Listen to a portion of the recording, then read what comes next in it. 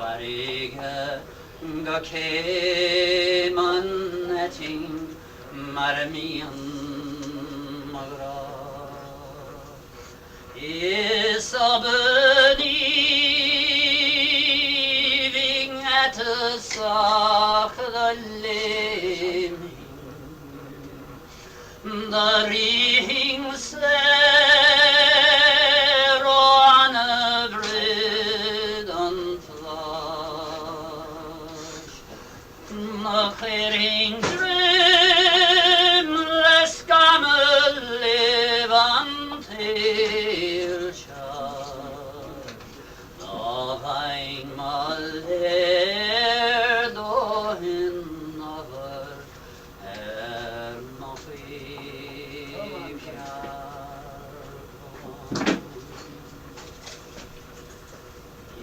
Shemai le kangelte gefwenla is nart mich leva achten chas an my tarin nahan agus gweglan Carrigge Eglech se garem an grisham is milish briver land vagan teran is gelon gren ga farshing Sachon riban bano in a greva Ganching a ring emasconeting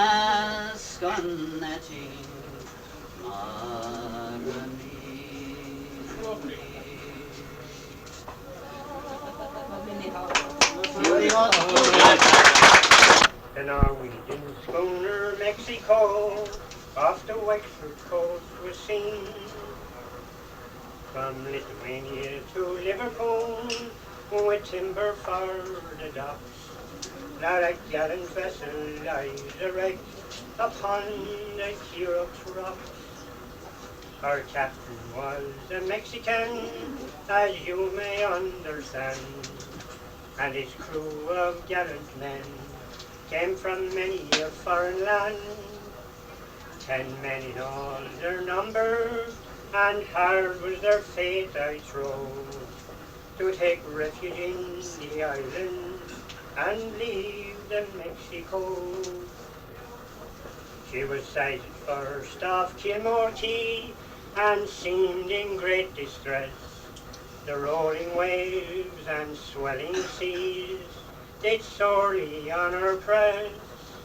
The captain lost his bearings, 'twas the cause of bitter grief, while Borea blew with vengeance and drugged them on the reef.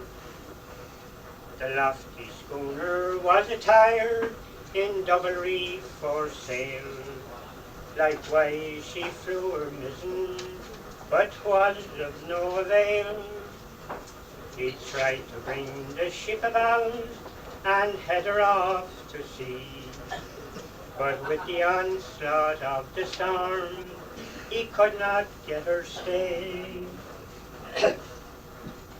The anxious crew worked hard and their precious lives to save, contending with the blinding sleet and mountain high each whale.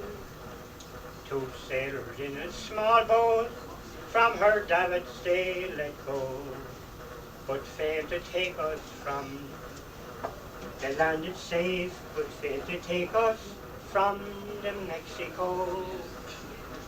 The feathered men approached the stand in their lifeboats strong and new to rescue us poor sailors who on the rocks were strewn. 14 all told, their hearts so bold, their courage was renowned. But their boat was smashed upon the rocks, and 9 of them were drowned. Thanks to our great Redeemer, 5 of them were saved, and by their gallant efforts we were to the rocks conveyed. We reached the little Kirkups by a halyard, as you know, and bid adieu forever to the ill-fated Mexico. Our case was still appalling as mountains rolled the seas, bereft of earthly succor for 3 long nights and days. From the 20th to the 23rd, in sadness and in gloom, we huddled on the island as in a living tomb. The Wexford lifeboat hove in sight, and also the Dunmore, but the Kilmore lifeboat and her crew were driven back to shore. Long life to Coxswain Wickham and his heroic lifeboat crew, for they saved 10 lives from the jaws of death, and the Dunmore lifeboat too. There were deeds of special daring, of courage brave and bold, performed by 2 of the Wexford crew. Their names I will unfold. Bill Duggan and Jim Wickham in a small boat they did go to save the crew while the wild waves flew around in Mexico. Here's a health to Captain Busher and his crew of gallant men to render their assistance with the Wexford tug they came. Here's a health to every lifeboat crew around green Erin shore. May God them steer from all rocks clear, now and forevermore. These dangerous reefs, 'tis my belief, describe them best I can. In their hidden treachery, they defy the eye of man. They cause sad lamentations and tears in streams to flow, as they did on the occasion of the ill-fated Mexico.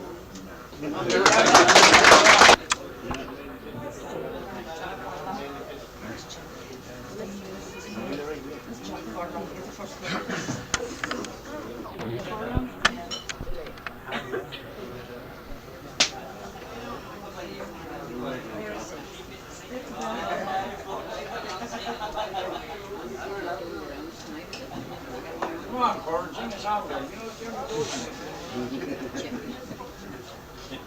There's those Southern India, I haven't heard of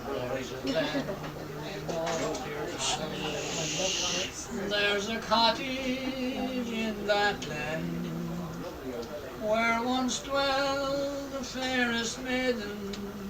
She inspired the hearts of men.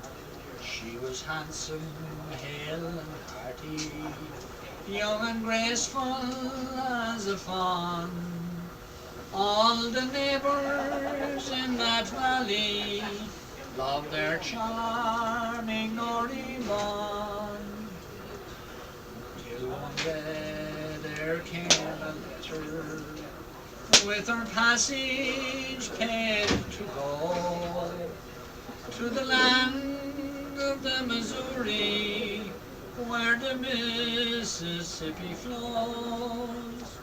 Very soon she had all things ready, and they're standing on the lawn, stood a broken-hearted mother, parted with her Noirín bond. Many years that mother waited, till one evening to the door came a gentle little female, costly were the clothes she wore, saying, Mother, don't you know me? I have only caught a cold, but the scarlet marks upon her face, the sad story soon was told. There's a graveyard in Tyrconnell, where the roses wildly wave. There's a broken-hearted mother kneeling o'er a lonely grave, saying, Noirín, oh my Noirín, 'tis so lonely since you've gone. 'Twas that cursed emigration left you here, my Noirín bond. Now, fair youths and tender maidens, take your warning before you go. Stay at home in dear old Ireland. What's beyond you'll never know. What is gold and what is silver, when your health and strength is gone. When you think of emigration, breathe a prayer for Noirín bond.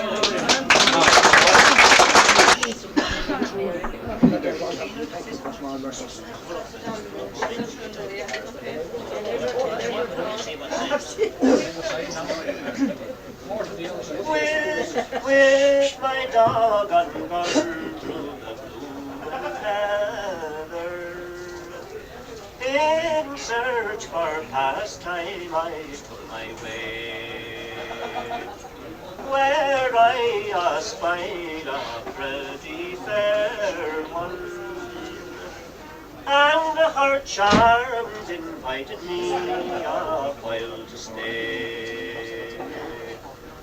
I said, my dear, you know that I love you. Tell me your dwelling and your name also. Excuse my name and you'll find my dwelling near the mountain streams where the Moorcocks grow. I said, my darling, if you love a rover, my farmer raking I will be beside. Give me your hand and I'll pledge my honor, and if you'll prove constant, I'll make you my bride. If my parents knew that I loved a rover, great affliction I would undergo. I will stay at home for another season near the mountain streams where the Moorcocks grow. If my parents knew that I loved a rover, they would tie me down with strong iron bands, and in a dungeon they would confine me, where I would find no comfort of any kind. So I'll away and acquaint my parents, and hope my absence won't cause a blow. I am happy here, though I may be courted from the mountain streams where the Moorcocks grow.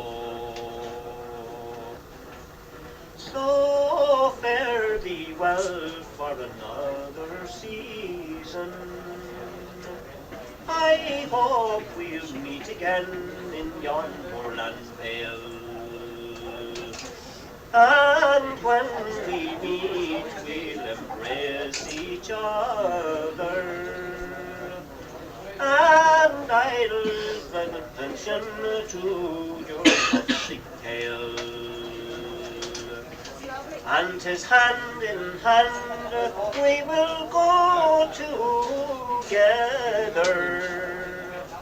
And I'll escort you to yon moorland vale, where the linnet sings their notes so pleasing near the mountain streams where the Moorcocks grow. The old town in old Ireland that would live in memory, from the lofty Carrigmannon to the hills of Glenswilly. But in dear old County Wexford, it's a paradise, God knows, in this lovely rolling valley where the Slaney river flows. Many miles away I've wandered from this little isle of green, but in all my fruitless wandering, no contentment have I seen. For 'twas in a little moss house on a wooded moss house hill, far away in old Bunclody, a fair maiden said I will, and that maiden fair still loved me, and she's waiting patiently for the fortunes I'll be making far across the Irish sea. And please God, someday I'll wed her, and she'll be my blushing bride, far away in old Bunclody, by the Slaney river side. That we cross that bridge each Sunday to the chapel on the hill, with the garrison there beside us, our sweet cup of life to fill, and in peace we'll kneel together. There we'll pray for friend and foe, far away in old Bunclody, where the Slaney river flows. This is one of Jim Nolan's poems, and it's about a wedding. About a what? A wedding. A wedding. And it's entitled The Wedding of Nancy Malone. The missus and myself were at a wedding last week. It was a neighbour of ours down the lane. And the two of us said coming home that evening that the Malones were surely insane. We said, where under God did they get all the money It must have been either borrowed or stole. One thing certain, Johnny didn't earn it. He was all his life on the dole. Between the frocks and the flowers and the hairdos, it must have cost him a pile. Mrs. Malone always said when her daughter got married, she was going to be married in style. Johnny, the husband, was wearing a dress suit, I thank you, and a nice fancy bow on the tie. I remember he was married himself in a navy blue suit out of a second-hand shop in a toy. And the wife was wearing this beautiful fox fur for the dirty sort of a red. And when you'd see the two big eyes on the back of her shoulder, you'd never say he was dead. About 3 o'clock, we were all in the church. There must have been 100 or more. Now, you wouldn't mind the bride being a few minutes late, but she didn't arrive till 4:45. I can tell you, the morning her mother got married, she didn't keep us waiting as long. And it took a fair amount of pressure to get Johnny to daughter. And if he got any excuse, he'd be gone. Well, the photographer jumped to attention the minute he laid eyes on the bride. He surely kept her another 10 minutes, and all the people waiting inside. He took photos as she stood with her back to the mountain, and more as she stood by the shrine. Then he said, I'll be taking some more when you're married. I hope the evening stays fine. Father Daly came out on the altar, and he welcomed us all with a smile. But he didn't seem to notice the terrier walking slowly up the front aisle. They stopped all of a sudden behind Mrs. Malone when he saw the fox going on back. He must have thought the fox was alive, because the next thing he made an attack. He fastened his jaws round the neck of the fox skin. But he didn't like the taste that he got. He gave a few growls and then let go, and he went out the door like a shot. Father Daly looked rather embarrassed, and he got a kind of red in the face, and he said, please may I have your attention? This wedding is about to take place. Now, we were all supplied with this little book of instructions. It was simple and easily read. Years ago it was all done in Latin, and you wouldn't know a word that was said. Sure, the weddings are different now to what they were years ago. That time, you'd be there at 8 o'clock in the morning, in hail, rain or snow. And there was no such thing as these expensive photographers, or the bridegroom getting the ring. And if Daniel O'Donnell was there in the chapel, no way would the priest let him sing. Then it was back to the bride's house everyone went, where there was eating and drinking galore. And when night time came, and the lads dressed as colleagues, then a good night's fun was in store. There was a fiddle or a melodeon in everyone's house. There'd be always someone to play, and the dancing and singing and all sorts of fun went on until late the next day. At that time, no new houses were being built for any young man and his bride. She went to live with his parents, and she looked after the two until they died. And they knew nothing at all about family planning. They never heard of the pill. And if you had one child, or if you had 10, all that was decided by God's holy will. And now all they want is the pigeon's clutch. They tell you they can't afford any more. If they had half the money that they spent on the wedding, it would go a long ways on wearing the score. I suppose these young people are entitled to do what they like, and they have all that money to spare. Sure, we'd have done the same if we had it, but in our time, it just wasn't there. Still, we were contented with the little we had. There was no pressure or tension or strife. We had none of the mod cons that they all have today, but we had a more peaceful and happier life. Thank you.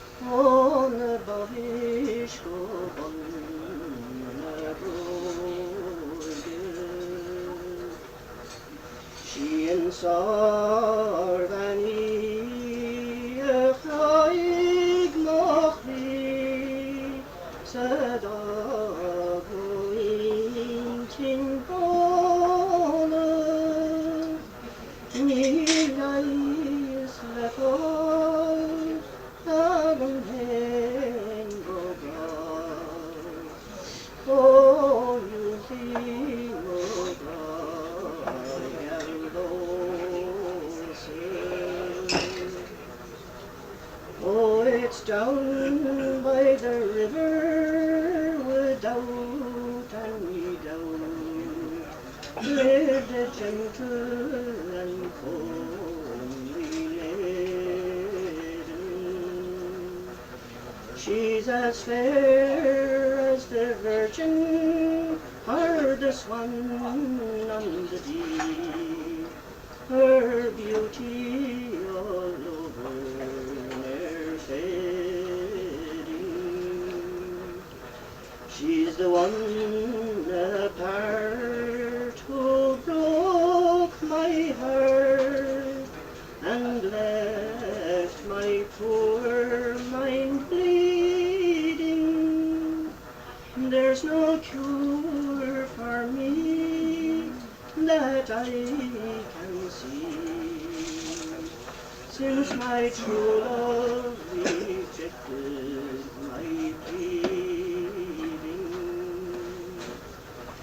Agus Barnum hen evermore, na Cyrus Venus Báine. Gomech mishes das elum finne, gaiti wadon argardian. Gomishes das kost agro, len heller is mover.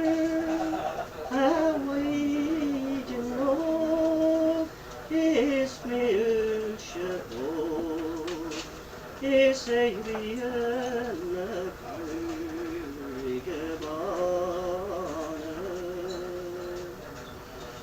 I would rather much more than all within Erin's shore, for the Spanish king's richest possession, that you and I would together lie, entwined in those gentlest expressions. Oh, you and I in wedlock to be tied, with the blessing of father and mother. Oh, you made so neat, with the kisses so sweet, and you cried of the white rock river.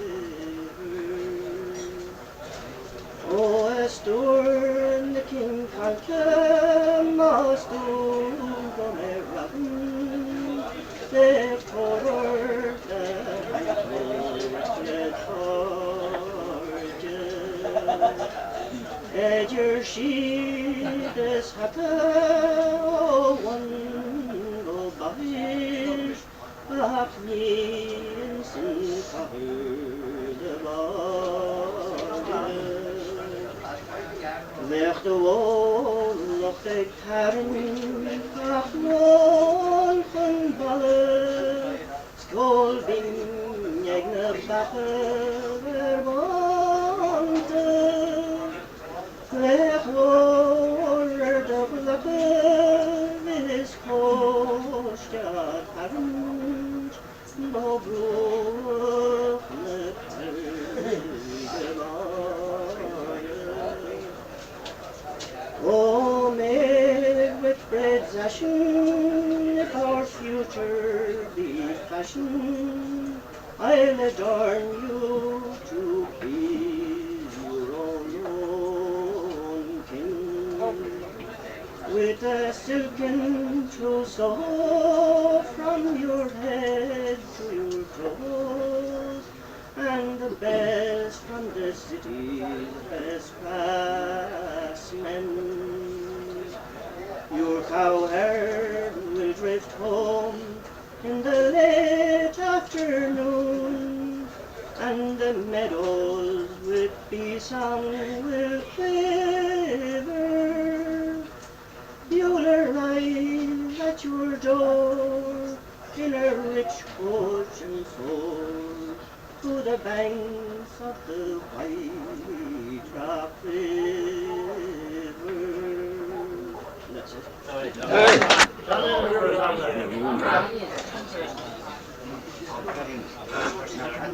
Oh, the seagulls are calling, and the wind is in the sail, and we're fast moving out to the sea, on a ship bound for St. John, 3,000 miles away. A human cargo, my comrades and me. So farewell, my green valleys, God keep you the same. If in only my mind you will be. I'm sailing dark waters to far America. Nevermore my green valleys to see. It hurts me to think on the friends I leave behind, though the famine has blackened our land. And to look now for something that I might never find is the problem that now is at hand. So farewell, my green valleys, God keep you the same. If in only my mind you will be. I'm sailing dark waters to far America. Nevermore my green valleys to see. Now the fevers are raging and the wind has died away, and our journey can no longer be. Now the fever's a shadow that lingers night and day. Along the cabin he danced his wild jigs in, as neat a mud cabin as ever was seen.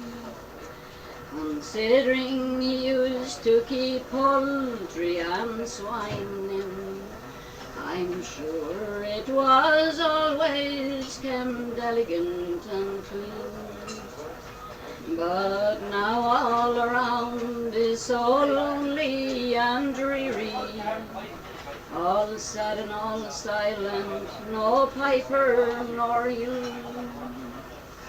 Not even the sun through the casement shines clearly, since I lost my own darling boy, Paddy O'Neill. I dreamt last night, oh bad says to my dream, I'd die if I thought it would e'er come to pass. I dreamt as the film while my pale cheeks were streaming, that Paddy was courting another fair land. And that I'm not awake with the weeping and wailing, the thought of my dream was too much to conceal. My mother cried, Nora, child, what is your ail? And all I could answer was Paddy O'Neill.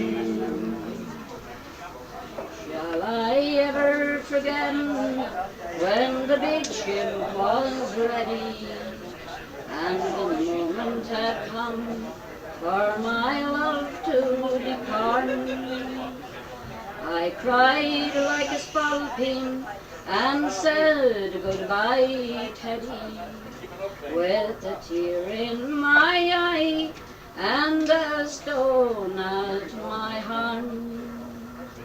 He said 'twas to better his fortune, his roving, but what would be gold to the joy I could feel if I saw him come back to me honest and loving, though poor, still my own darling Teddy O'Neill. And you're I will try to tell this story well, if you'll kindly lend an ear, about a man whose feats of strength were known both far and near. In the year of 1872, in Glasnach's wintry dawn, the date being February 5th, the day that he was born. Then unto old Killurin his family was to go, and there his fair young fellow in height and strength did grow. 6'4" it was his height, a sight for all to see, and 22 stone was his weight, and solid as a tree. At all sport he did excel, but specialized in one. 'Twas the 56 he loved to throw, and the whole world he took on. But first he travelled Wexford, though his years were scarce 18. The people said this fine young man was the best they'd ever seen. At the Dublin Metropolitan Sport, where standard they were high, but he took off the 56 and tossed it toward the sky. The record stood at 14 feet, and how the crowd did roll, for when they measured this great throw, it was 15 feet and more. Then unto London he did go, where records tell at will. 32 feet 5 he through it follow, 27 feet 6 while still. Now 3 world records he did hold, for years they were to stand. The 56 was but a toy, placed in his mighty hand. Though he is dead, his fame lives on, and now his name I'll tell. It is the great John Mangan, both known and loved so well. O'er his grave in Killurin, it's there it stands so grand, the monument to his great name, the greatest in the land.